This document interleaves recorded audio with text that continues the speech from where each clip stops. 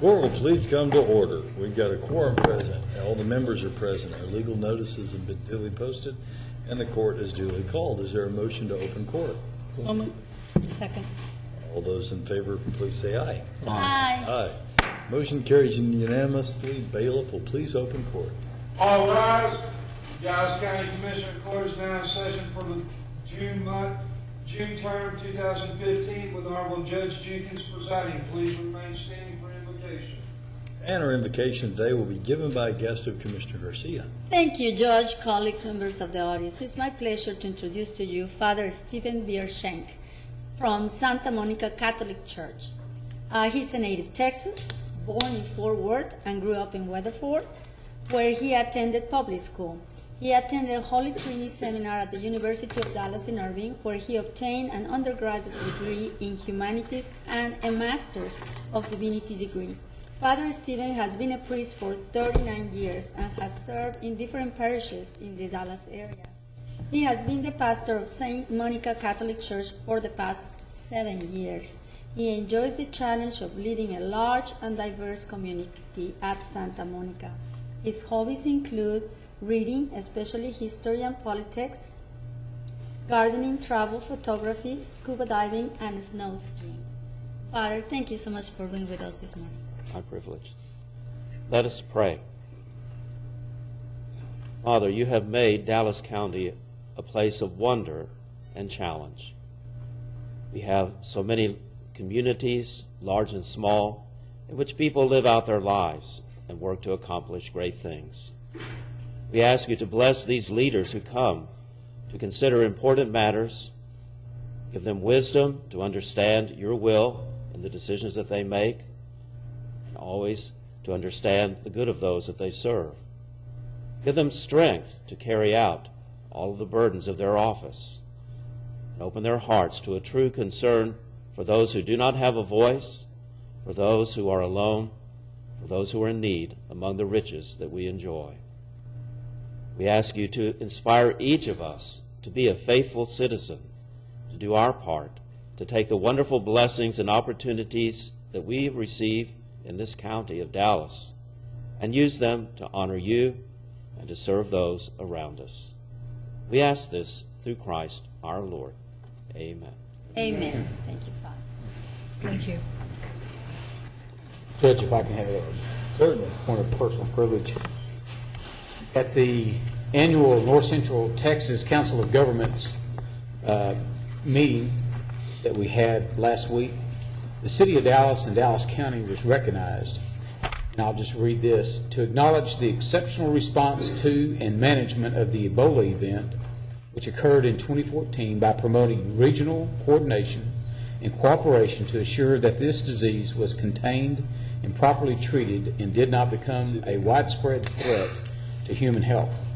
And this is what was presented to Dallas County, and I wanted to present that and thank all of those that were involved and congratulate them. And also Senator Jane Nelson issued a proclamation on recognizing Dallas County for their efforts in this also. So we're presenting that to Mr. Thompson. I'm presenting it to everybody involved in it.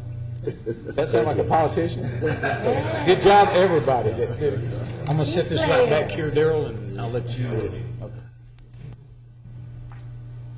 Well, I want to second that and thank all the staff who work so hard to keep our citizens safe. And we have no resolutions today, so we'll now consider item H, our consent agenda. So move. Second. All right. Any discussion? Hearing none. All those in favor, signify by saying aye. Aye. Aye. All right. And this takes us to the bids. Is there a motion on the bids? Wait, hold on. Oh, I'm sorry. Now we're ready for the bids? Yes. Yes. And is there a motion on the bids? Commissioner Price is Second. All right. I got it. Got it.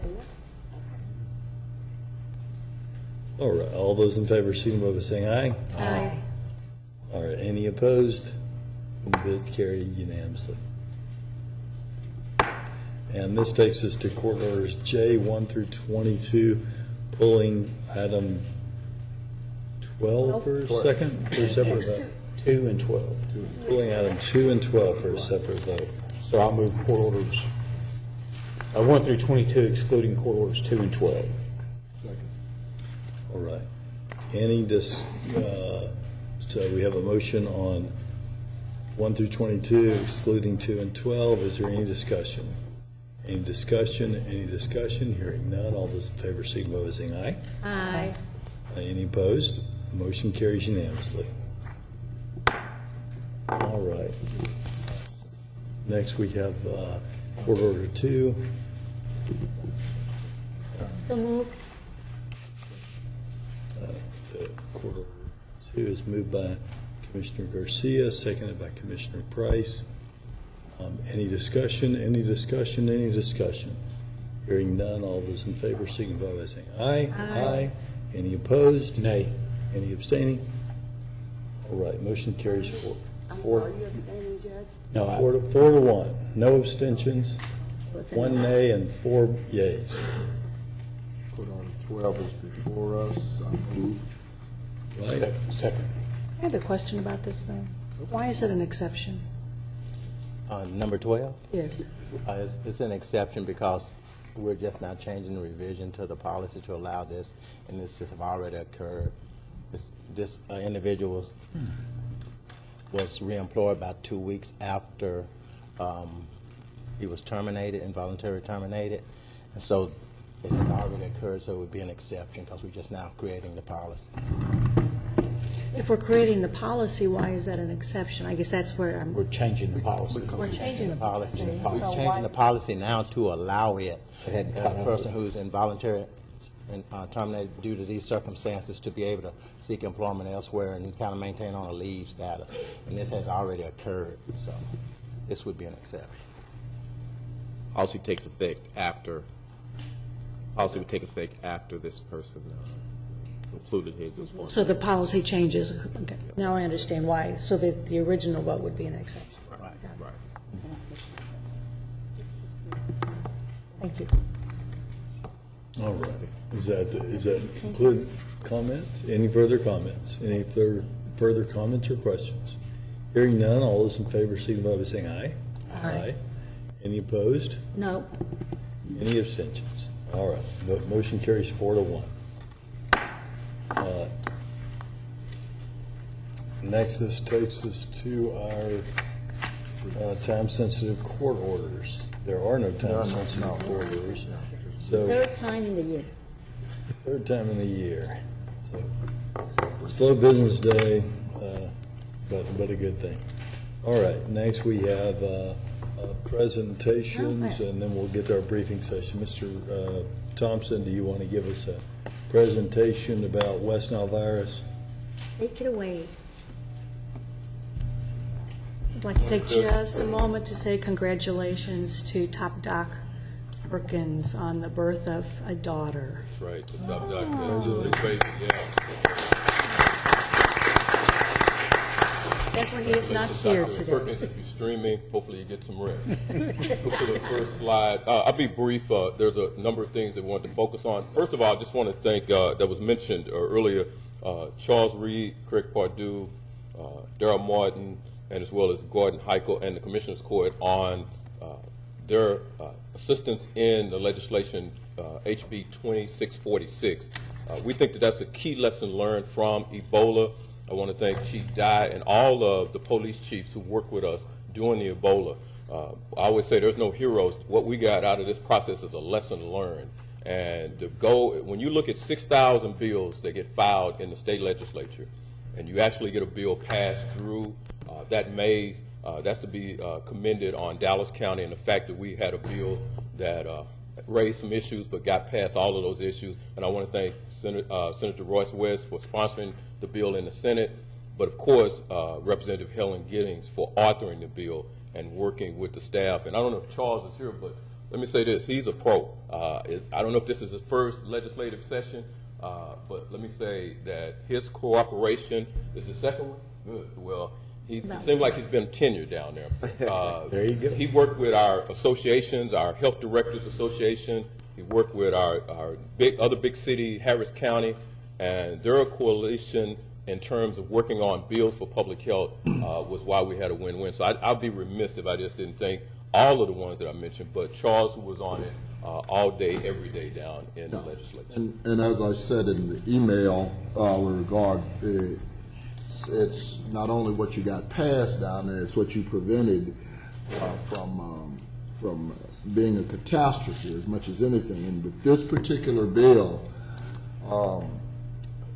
there was some real subversion that really gave me some consternation.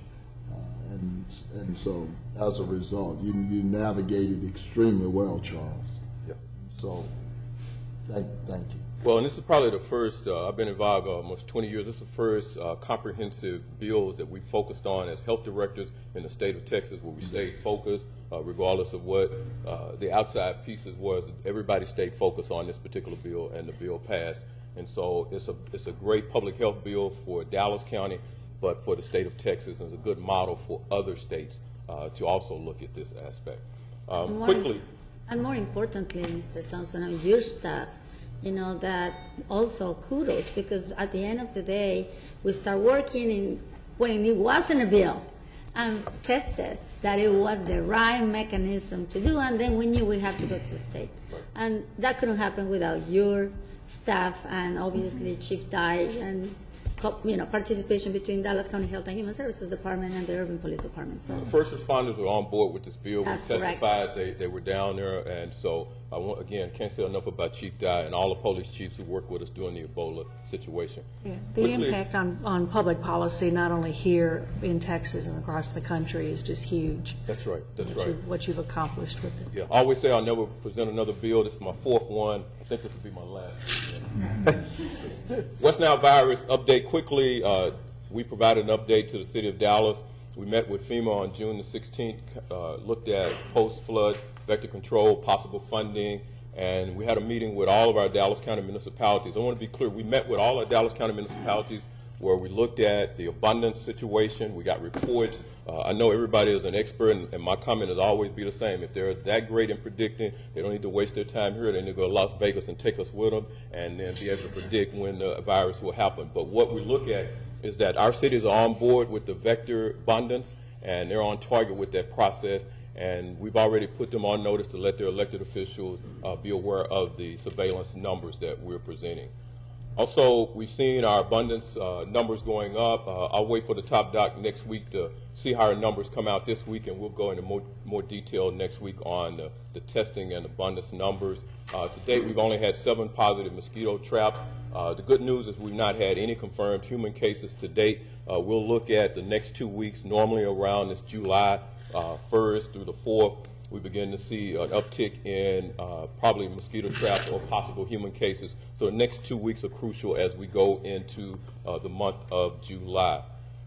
You've seen our surveillance reports. Again, you get those every week. Again, it shows the abundance numbers are going up. The ironic thing is that our abundance number were going up. Last year, we had low virus. This year, again, the abundance numbers are high. We have low virus, but we're really targeting to look at these numbers daily and weekly. Again, as part of our surveillance report, you will see this is the document that was submitted to FEMA. We submitted our FY15 proposed budget, and in dialoguing with them after the meeting, they wanted to see all of our budgets, including FY 2015. This is the document that we submitted to all our cities to look at eligibility under vector control based on the flooding, based on the declaration that started on June the 8th. And so all of our cities have this information, and that's it. Thank you. With all the rain, Mr. Thompson, that we saw in the last few weeks, it's amazing that we haven't seen more mosquitoes. Do you think that in the next 2 weeks that could change dramatically? But we've seen abundance of mosquitoes based on the flood, and so during this 2 week period, that's where we're looking at based on historical numbers, where we begin to see more possible positive mosquitoes or possible human cases. So the next 2 weeks on, it could be a delay. Again, no one has a crystal ball on this. I don't care who are the experts they pull out. You have high abundance. You don't have to be blind to see that. The issue is that there's no virus. We're testing if you pull 1,500 mosquitoes or whether you pull 5 mosquitoes, they're still negative for West Nile virus. The key point is we're trapping more, and our cities are on board. They're doing the knockdown, which is abundant spraying, when they see high abundance traps. So you got to commend the cities for doing a great job. This has evolved all the way from 2002. Everybody starts at 2012, but this has been evolving since 2002 in terms of building a robust mosquito control program that all our cities have bought into. Thank you, Mr. Thompson. Thank you. We have another presentation from the Dallas County Adult Intimate Partner. That's been postponed until Oh, August. Mr. Martin, would you please take us through our briefing session for matters to be determined in a future session? Sure, Judge. Good morning, Judge, Commissioners. Item 3 under Auditor is approve the Debt Transparency Pledge and the self-scoring application for the Texas Controllers Leadership Circle Platinum Level Award, and congratulations to the auditor for that. Item 4 under Budget, authorize the Office of Constable Precinct 5 submission of the Tobacco Compliance Grant application for local law enforcement agencies for the period September 1, 2015 through August 31st, 2016. Item 5, authorize the Sheriff's Office submission to the Department of Justice fiscal year 2015 body-worn camera partnership program, pilot implementation program with an estimated county match of $208,000.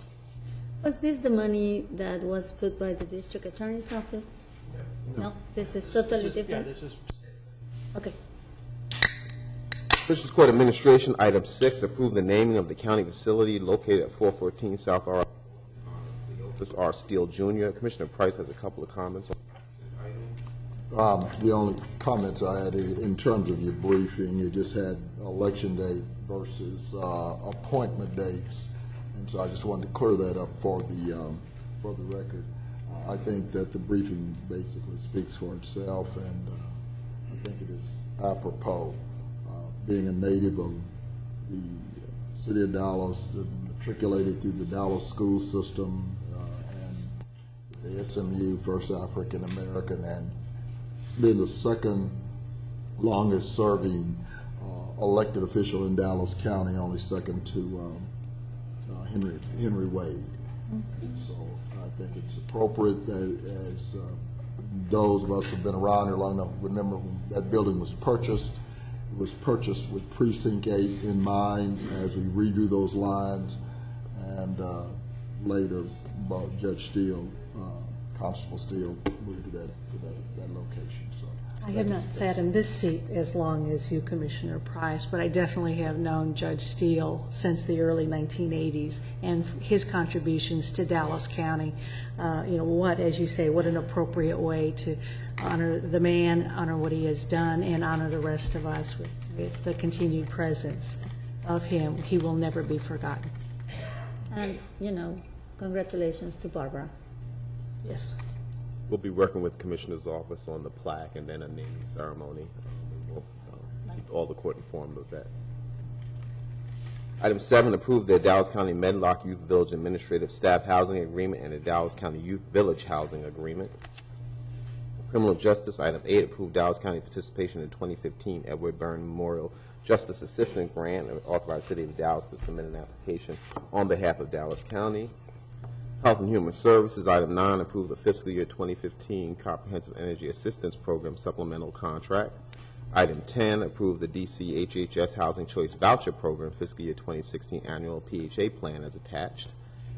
Information Technology, item 11, recommends accepting the Civil DA Case and Document Management System project and move forward with that project. It has been approved by IT Technical Committee and Executive Governance Committee.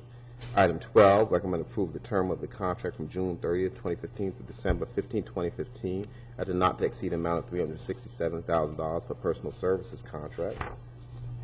Item 13, recommends approve the recommendation to pay the Active Network $168,000 from the countywide receiving fund to settle outstanding balances. I have a quick question about this. I recognize that it's maintenance, but what kind of service is it maintaining, or what is the actual work being done with this?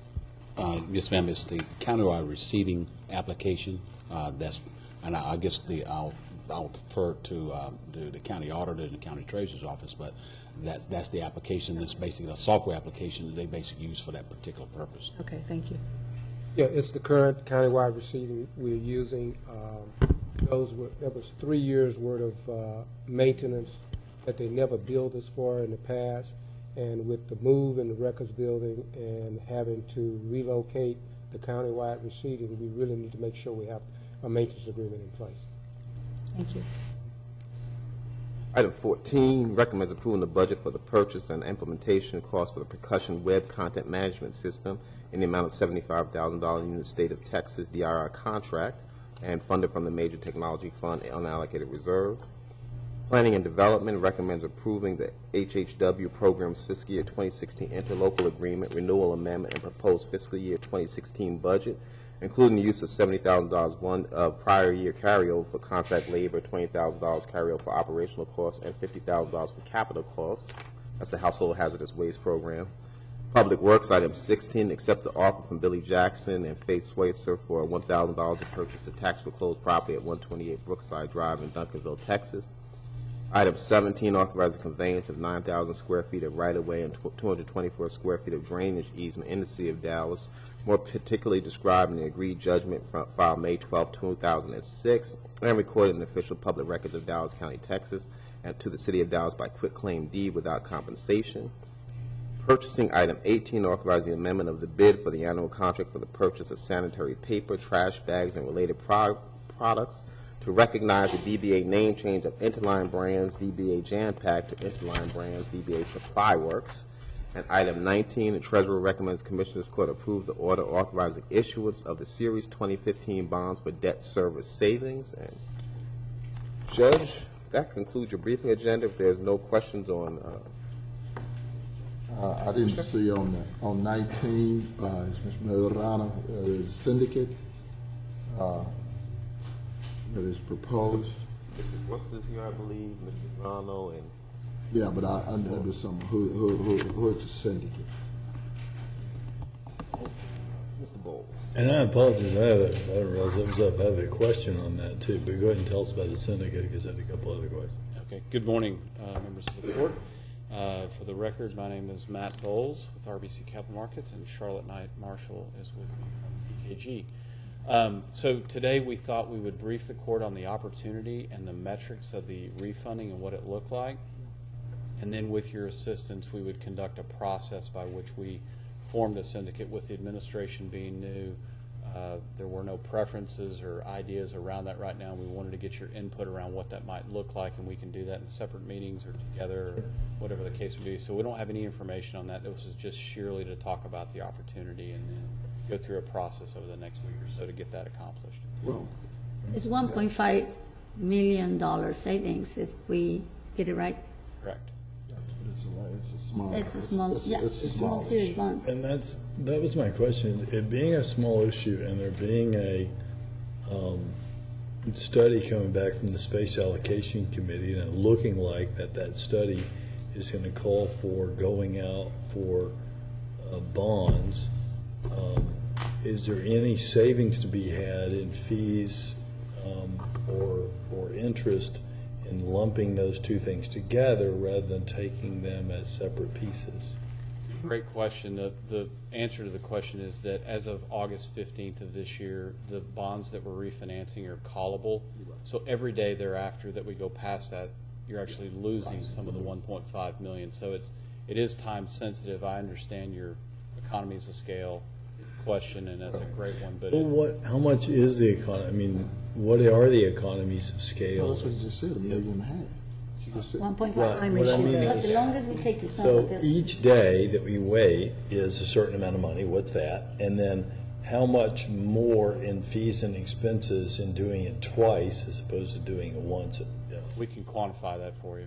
Please do. What we'll do is take a projected date of what the larger transaction might be next year, and then back into, we can do a break even to show you. Judge, Okay, you You're might, charging fees If twice. I may, let's talk just briefly. Yeah. The cost of this issuance is a couple $100,000. Right. It's not a very large cost.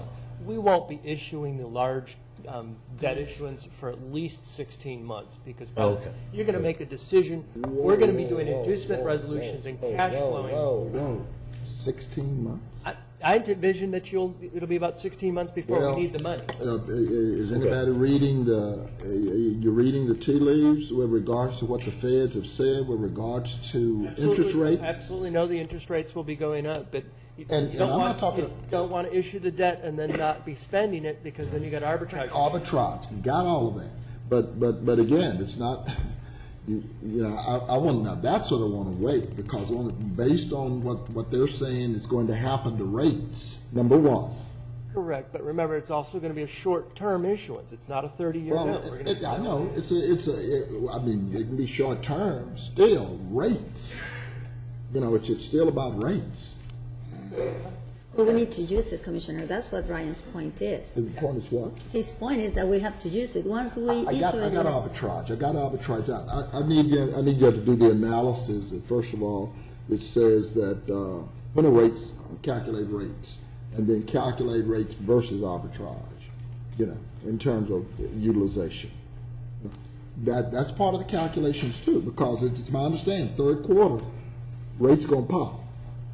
Am I correct? The evidence Fed has suggests spoken, that the yeah. Fed has spoken, and that's when they will begin to play with short rates on the short end of the curve, which should affect the rest of the curve, yes. Okay. But is that That's part of already it? going to be factored in, even if you were issuing today. You know, the question is, it really isn't so much when the Fed starts. The question would be how often or how much is being factored into the market.